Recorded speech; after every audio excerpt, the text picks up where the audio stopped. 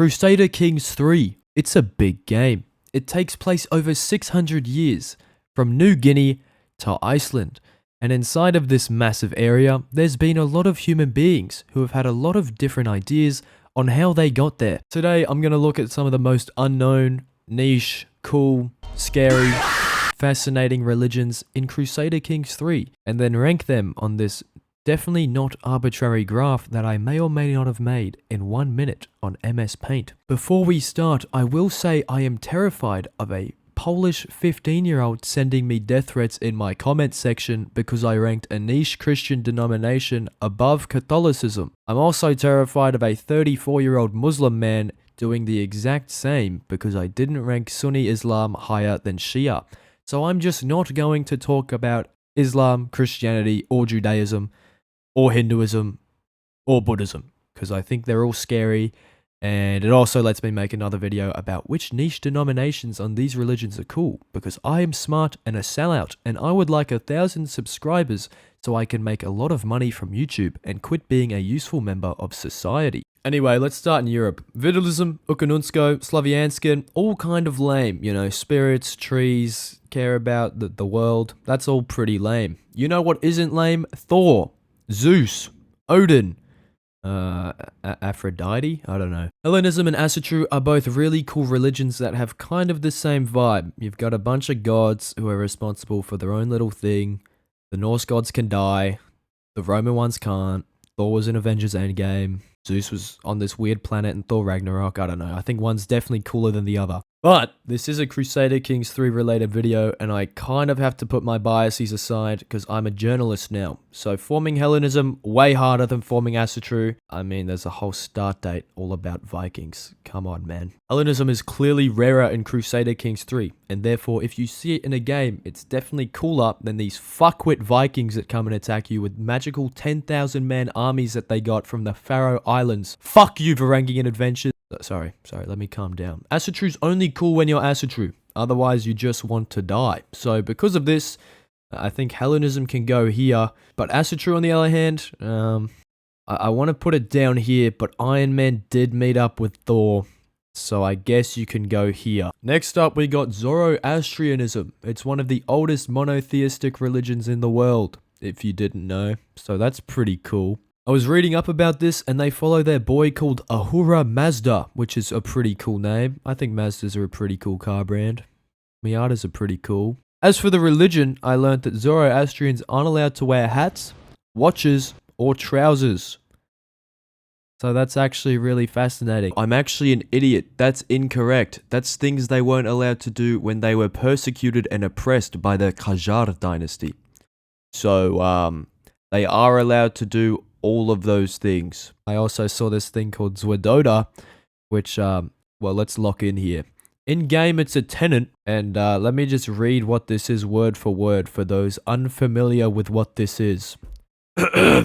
This form of direct familial incest marriage allows Zoroastrians to marry their sisters, daughters, granddaughters, and their own mothers to take as wives. So to a normal person, that would make them think this religion is weird. For the sole purpose of Crusader Kings 3, I think this makes Zoroastrianism a perfect religion. So I'm maxing out the coolness level. But it's not as niche as these next religions. It can go about here. Next up, looking at an African religion, I was perplexed by Bidaism. Maybe pronounced Bidaism, not bidet. Yeah, no, probably not. Now, kind of bad news, this religion might not have existed. It may just be based on a story, I don't know for certain, but it's still really cool, trust me. So the full story is that there are these two brothers who are fighting to become king of the Soninke kingdom. One of these brothers goes to a massive snake called Bida, and he promises to sacrifice a virgin girl every year to Bida, so he could beat his brother and ensure his kingdom remains prosperous. That's what this whole religion is based on. The concept of a giant snake that needs a yearly sacrifice of a virgin to make sure sub-Saharan Africa reigns and is all good is really fascinating. So I'm a huge fan of this religion. I'm going to post the Wikipedia article below so you can read more about what happened and how Bida got slain because a man was in love with his bride-to-be. It's a super cool story, super cool religion. I'm a huge fan of the concept of a giant snake who controls the weather. But I also love how this is in Crusader Kings 3. I mean, good job to the developers. I have no idea how you found out about this religion. But anyways, this is almost the coolest religion here. There is a better one, trust me. But for now, I'm going to put Bidaism.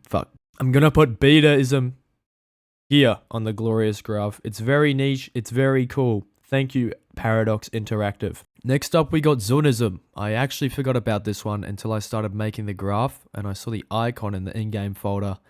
And then I realized I had to get at least one religion that worshipped the sun in here. So say hello to Zunism. The basic history of this big guy stems from South Afghanistan, when a dynasty, lock in here, called Zunbil from Zabulistan made Zunism. That's a lot of Z's. It pretty much blended Zoroastrianism, Hinduism, and some other South Afghanistani local beliefs and focused their love to Zun, the sun god. It was super honorable, apparently. When I kept looking up what Zunism was, it kept talking about these cool gold statues with ruby eyes. But I couldn't find a photo of those, so I don't know if they existed, and if they did, I'm pretty certain the British would have stole them. So, we can't be certain. In Crusader Kings 3, Zunism's super unknown. There's been a couple Zunis playthroughs on YouTube, but like, that doesn't count. You barely see them. So we can go here. It's pretty cool. It's not the coolest thing ever. It is just the sun. I see it every day, so it's not that crazy, but it's pretty niche. Before the coolest and nichest religion, in my humble opinion, I have a few quickfire mentions that I can't really talk about in length. It's not that cool, but they're still cool to mention. Jainism. It's basically pacifism maxing. It's still got 6 million followers today in real life, so that's kind of cool. In Crusader Kings 3, pacifism is stupid and pathetic because you're here to paint a map. But, hypothetically, if you hated yourself enough to do a Diplo-pacifist playthrough, Jainism might be the perfect religion for you. So I thought I should mention it. It's pretty niche, but it's also in-game not cool because it's pacifism, and that's dumb. So we can put it here. Another cool religion that I can't really talk about on length is this one with cranial trophies. It's got the cranial trophies tenant in-game. It's called Kaharingan. I thought the tenants were cool, but the story of spirits being intertwined with reality sounds like most religions. It's nothing too crazy, but shout out to cranial trophies. Also, this religion still exists, by the way. The Wikipedia page is pretty cool, but this religion can go here, I guess. Shout out to cranial trophies. Actually, while we're looking at Indonesia, this other religion called Aluk is also cool. Reading the religion description was fascinating. It felt like an anime plotline almost. But then I read about it, and I saw this really cool totem pole thingy of horns, which is probably where the icon in game comes from. And I was scrolling through this page and really thought to myself, wow, people of all different backgrounds on this planet exist. These religions all impact people's way of life, and in their own way they're each beautiful, meaningful, important. Who am I to judge what religion is cooler or nicher, when something as important and impactful to people's lives like religion could never be classified like this? Who am I Anyways, the coolest and nichest Crusader Kings 3 religion is Bilikuism. I mean, just look at the icon. Read the in-game description. It's actually pretty awesome. It's more awesome than every other religion. I did some digging about this religion because obviously I needed to know more than just being a spider goddess. And pretty much, she created the sky, got bored, created the world, the sun, maybe people. There's conflicting sources on that one. But she did make fire. And then she fell asleep after making fire.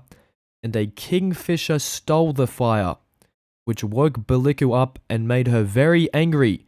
So she threw a lightning bolt at the kingfisher, and there's conflicting sources again. Some say it took off his tail and wings, and others say it missed and struck Earth, which became lightning. So basically, Biliku's a spider goddess with bipolar disorder, and depending on her mood, she will either make it sunny or make it stormy. So that's pretty cool. If you don't think that's cool, I don't know what to tell you. That's really cool. Obviously, this is super niche. It's from these islands off of India and Indonesia.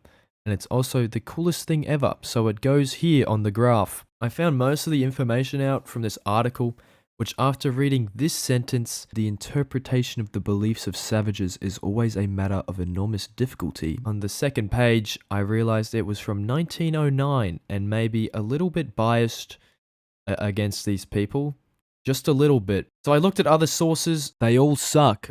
Here's one of the bangers I found from goddessesandgods.blogspot.com. Nice. So I think I'm gonna go ahead and believe the racist old man from 1909. You know how I said there were contradictions? It turns out they're from the different groups of people from different islands in the Andaman Islands, because they each believe different stuff. Some believe the kingfisher died, lost his wings and tails, and became a man. And then others don't believe that at all, whatsoever.